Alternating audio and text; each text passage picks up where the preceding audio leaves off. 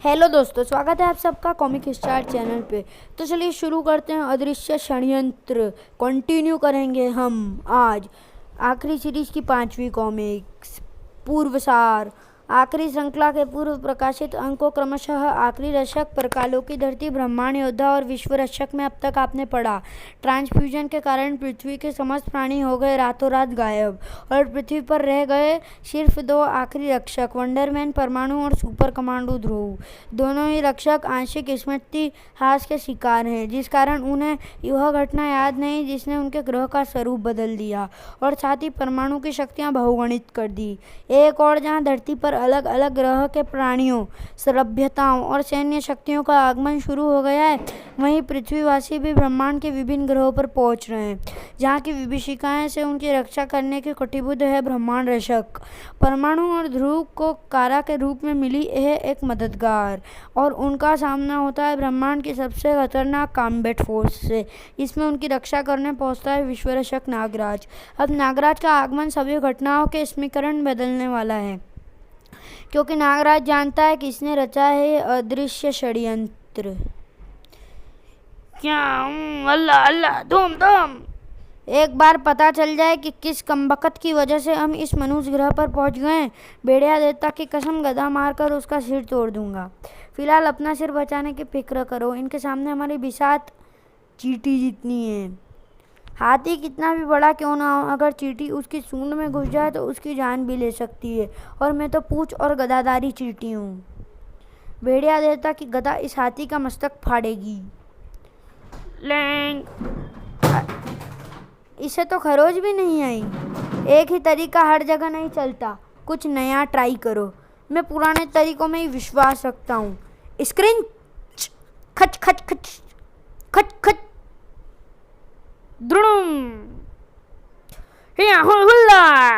अब मेरी बारी। इन चट्टानों से बड़ा इनका क्या बिगड़ेगा? आदि मानव डायनासोर के अनुपात में बड़े हैं। यह चट्टानें इन्हें चोट पहुंचाने के लिए नहीं है। इस ग्रह की संरचना पृथ्वी से बिल्कुल विपरीत है और अपने आरंभिक चरण में है। यहाँ हवा खनिजों से युक्त है और पृथ्वी ठोस ऑक्सीजन की है। ऑक्सीजन ऊष्मा की अच्छी संवाहक होती है।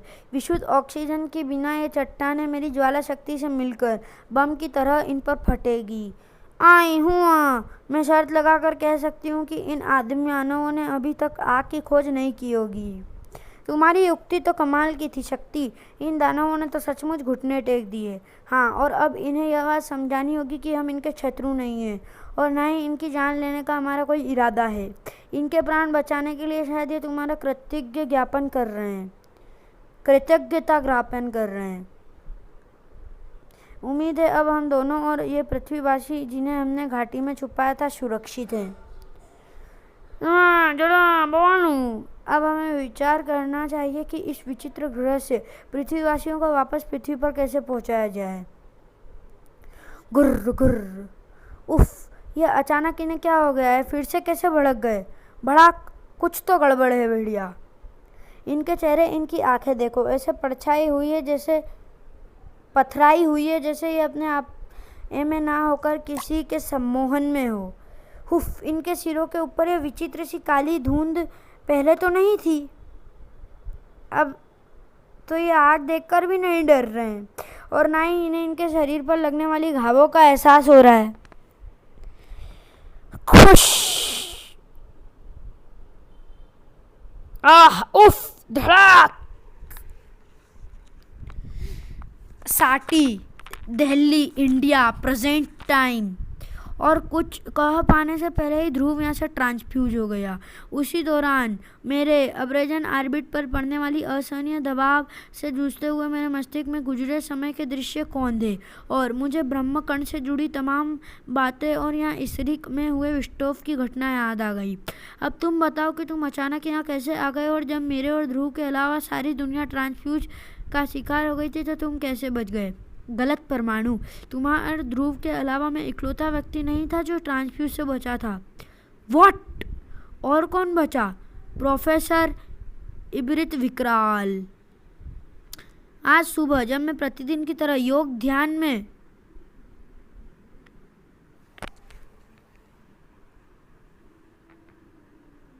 आज सुबह जब मैं प्रतिदिन की तरह योग ध्यान में लीन था, ओह, कोई मुझसे मानसिक संपर्क साधने की कोशिश कर रहा है। पर कैसे? मैंने अपनी मानसिक ऊर्जा क्षेत्र के चारों ओर इच्छाधारी शक्ति का सुरक्षा कवच तैयार किया है, जिसे आसानी से भेद कर कोई भी मुझसे मानसिक संपर्क नहीं साध सकता। ऐसा करना आवश्यक है ताकि कारणवशी सी थ्रू या जुलू जैसे खलनायक मेरी मानसिक व इच्छाधारी शक्तियों को दोबारा गलत प्रयोग करने की चेष्टा न कर सकें। ब्रह्मांड के सर्वशक्तिमान मानव की मानसिक सुरक्षा सीमा को भेदने के पीछे मेरी मंशा कुत्सित नहीं है नागराज।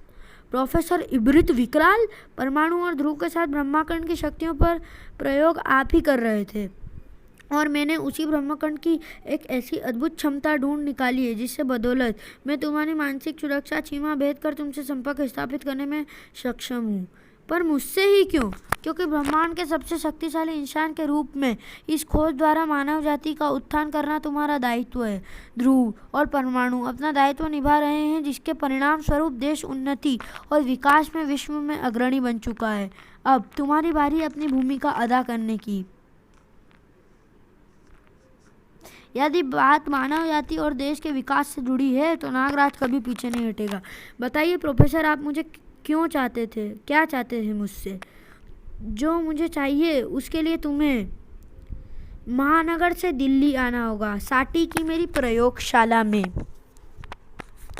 अमेजिंग प्रोफेसर, संचार क्रांति में कितना बड़ा और महान कदम होगा आपकी खोज, इसका अंदाजा भी नहीं लगाया जा सकता। लेकिन क्या नागराज? मानव विकास के नाम पर की गई हर खोज कहीं ना कहीं मानव और प्रकृति के क्षय का कारक बनती है। आणविक शक्ति इसका सबसे बड़ा प्रमाण है। जो शक्ति संपूर्ण मानव जाति के उद्धार और समांतर विकास की कुंजी सिद्ध हो सकती थी, उस पर हिरोशिमा और नागासाकी रूपी एटॉमिक कलंक लगा हुआ है। आने वाले समय में इसका विध्वंसक प्रयोग तृतीय विश्व युद्ध की पृष्ठभूमि का शिलाधार बने तो कोई अतिशयोक्ति नहीं होगी। आपकी यह खोज तो परमाणु शक्ति से भी 100 हाथ आगे है। यदि यह गलत हाथों में पड़ी तो मानव जाति और पृथ्वी ही क्या पूरे ब्रह्मांड पर आन बन जाएगी। निश्चित रहो नागराज, ऐसा नहीं होगा, क्योंकि इस शक्ति का प्रयोग केवल अग्रणी ही कर सकेंगे। अग्रणी यानी मानवता के रक्षक, ब्रह्मांड रक्षक। जरा सोचो नागराज, तुम्हारे लिए अपनी तमाम सुपर पावर्स के बावजूद भी यह संभव नहीं है कि तुम प्रत्येक घटना स्थल पर ठीक उसी समय पहुंच सको जब अपराध घटित हो रहे हो। यदि ऐसा हो जाए तो अपराधियों को अपराध करने का अवसर ही नहीं मिलेगा। ब्रह्मांड ऊर्जा तुम्हें जो शक्तियाँ देगी वो असीमित है। इससे तुम्हें विश्व के किसी भी कोने में घटित होने वाले अपराध की तरंगें मानसिक संकेत के रूप में प्राप्त हो जाएगी। कुछ वैसे ही जैसे तुम्हारे जासूस सर्प तुम्हें मानसिक संकेत भेजते हैं। फिर तो तुम ब्रह्मांड कण ऊर्जा की शक्ति से ट्रांसफ्यूजन के जरिए पलक झपकते ही अपराध स्थल पर पहुंचकर उसे घटित होने से रोक सकते हो। पर यह संभव कैसे है? इस कंटेनर में भरी विशुद्ध ब्रह्मांड ऊर्जा द्वारा, जिसे ध्रुव और परमाणु कोलाइडर मशीन से एक्सट्रैक्ट करते हैं और जो हमारे पावर कन्वर्जन प्लांट्स में जाती है। पिछले 1 साल से मैं इस ऊर्जा पर शोध कर रहा था। उसी दौरान मुझे पता चला कि इस ऊर्जा में ट्रांसफ्यूजन की अद्भुत और असीम शक्ति है, जो कि किसी भी जीवित प्राणी को एक निर्धारित स्थान से दूसरे निर्धारित स्थान पर ट्रांसफ्यूज कर सकती है। यह तो समझ में आ गया, पर विश्व में घटित होने वाली किसी भी अपराध की सूचना यह हमें कैसे देगी? मैं उसी पॉइंट पर आ रहा था। ब्रह्मांड या गॉड पार्टिकल ब्रह्मांड के सृजन शक्ति का सबसे सूक्ष्म रूप है, जिससे संपूर्ण ब्रह्मांड की उत्पत्ति हुई है। यह ब्रह्मांड की संरचना और जीवन का मूलाधार है। ब्रह्मांड से सर्रित यह ऊर्जा जीवन की उत्पत्ति और उससे जुड़े किसी भी भाव का संप्रेष प्रोटोकॉल के रूप में करती है। आप कहना चाहते हैं कि यह ऊर्जा मनोभाव या इमोशंस से स्टिमुलेट होती है। सही समझे नागराज। इस बात को प्रमाणित करने के लिए जरा इस कंटेनर को अपने हाथों में पकड़ो। अब अपने मन में अच्छे विचार लाओ, ऐसे विचार जो तुम्हें सदैव खुशी देते हो। तुम सबसे प्रसन्न कब होते हो? जब मैं बच्चों के साथ होता हूँ। उनके निश्चल और निष्कपट स्नेह से बढ़कर खुशी मुझे और किसी चीज़ से नहीं मिलती। कंटेनर से निकलती ऊर्जा किरणें इंद्रधनुष से प्रकाश छोड़ रही है और यह प्रकाश मन को बेहद सुकून पहुंचा रही है। ब्रह्मांड ऊर्जा तुम्हारे शरीर के एब्रेजन ऑर्बिट से तुम्हारे इमोशंस को इंटरसेप्ट कर तुम्हारे मनोभाव को अनुकूल ही बिहेव कर रही है। अब किसी ऐसी चीज़ के बारे में सोचो जो तुम्हें बेहद क्रोधित करती हो।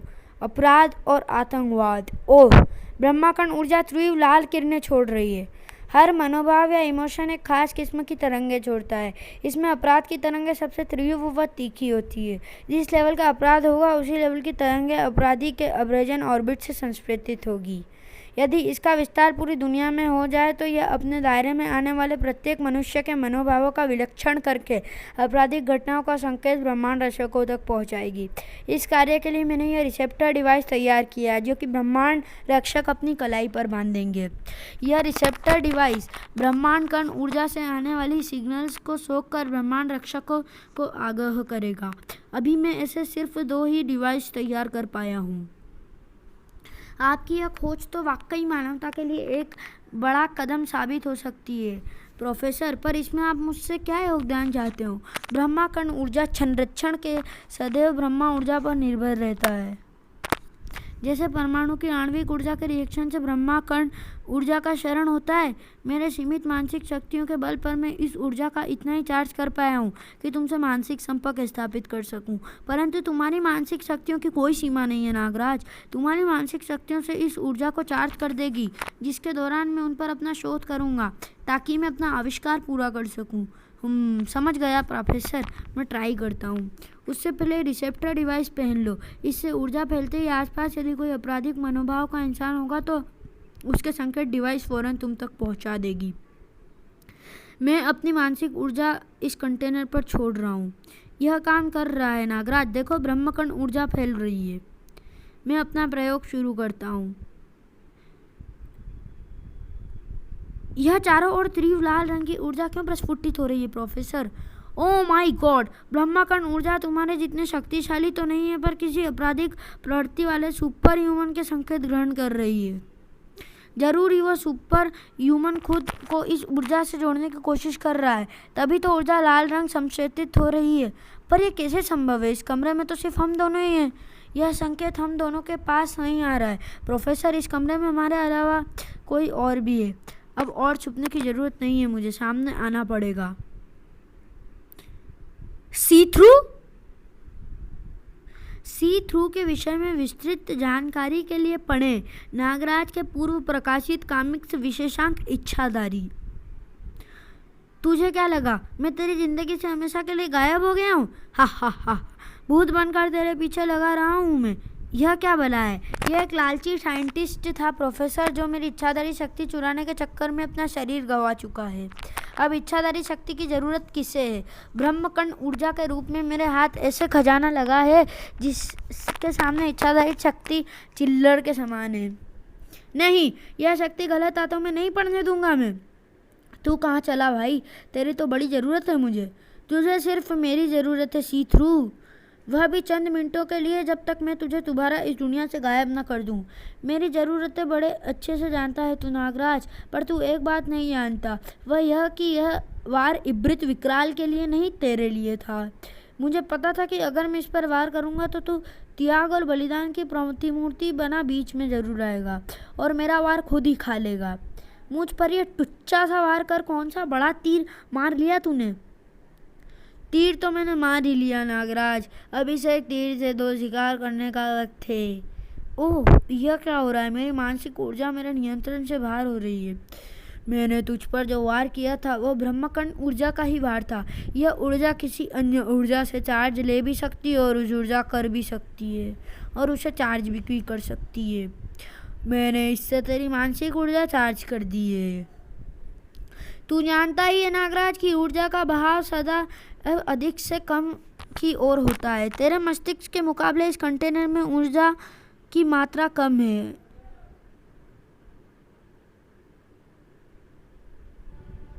अभी तक तो तू अपनी मानसिक ऊर्जा के बहाव को कंट्रोल कर रहा था, पर इस वार के बाद तेरी मानसिक ऊर्जा बांध तोड़कर इस कंटेनर में समाती जाएगी और ब्रह्माकंड ऊर्जा को बहुगुणित करेगी और उस ऊर्जा सोख कर मैं ब्रह्मांड का खुदा बन जाऊंगा।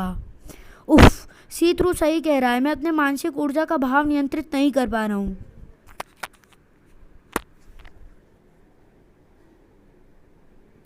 मुझे इमरजेंसी अलार्म दबाकर सिक्योरिटी को बुलाना होगा।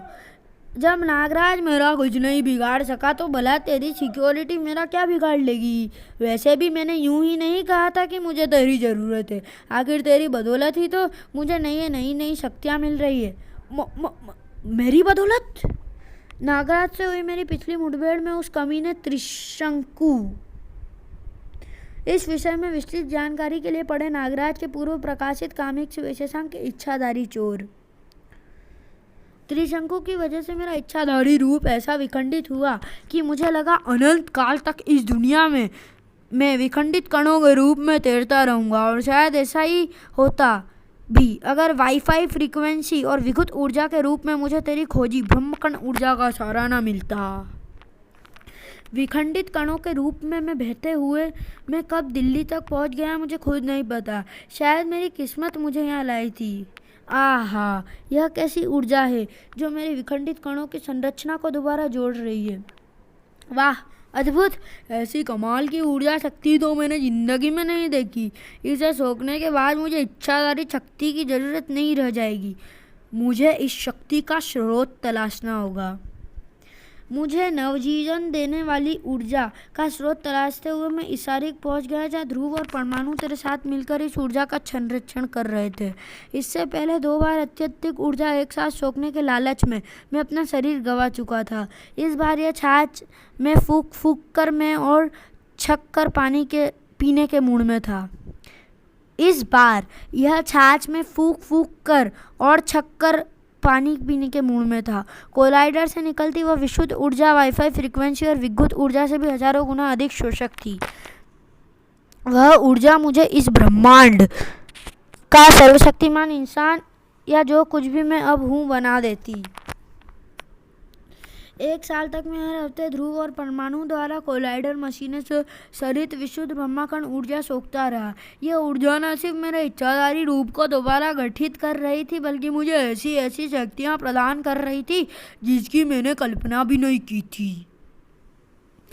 कुल मिलाकर मेरी 5 उंगलियाँ घी में थी और सर कढ़ाई में। तब पहुँच गया जब तूने नागराज को यहाँ बुला लिया।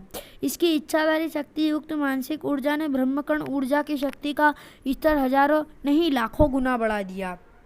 अब इस नई इच्छाधारी शक्ति मिश्रित ब्रह्मकण ऊर्जा का सेवन मुझे इस पूरे ब्रह्मांड का भगवान बना देगा।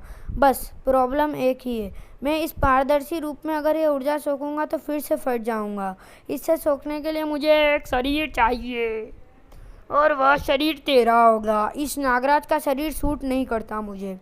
उफ, सी थ्रू प्रोफेसर इब्रित विकराल के शरीर पर कब्जा कर रहा है और मेरे इस मानसिक ऊर्जा शरण ने मुझे इस कदर विवश कर रखा है कि मैं उन्हें बचाने के लिए हिल भी नहीं पा रहा हूँ।